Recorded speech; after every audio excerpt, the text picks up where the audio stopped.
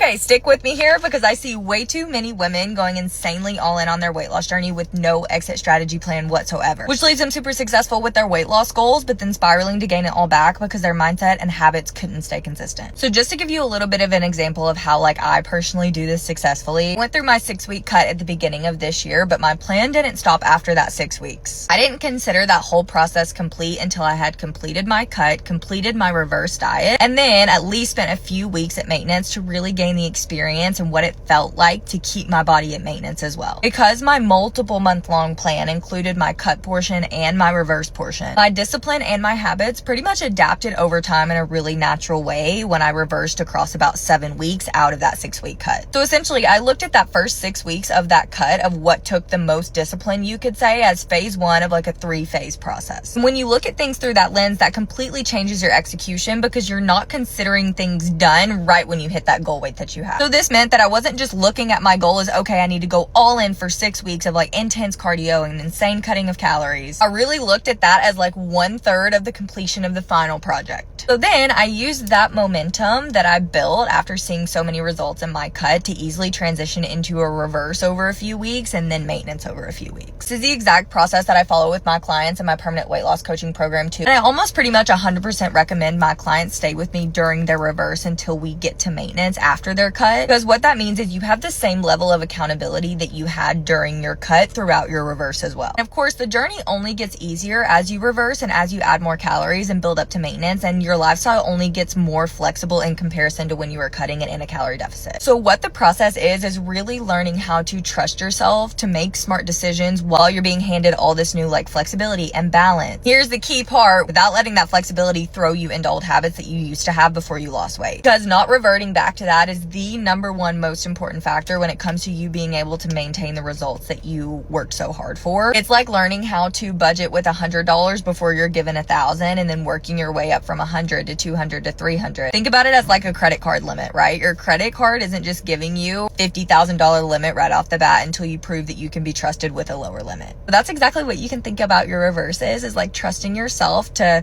go through every process to show yourself you can execute before you get to the point where you're ready to maintain long term.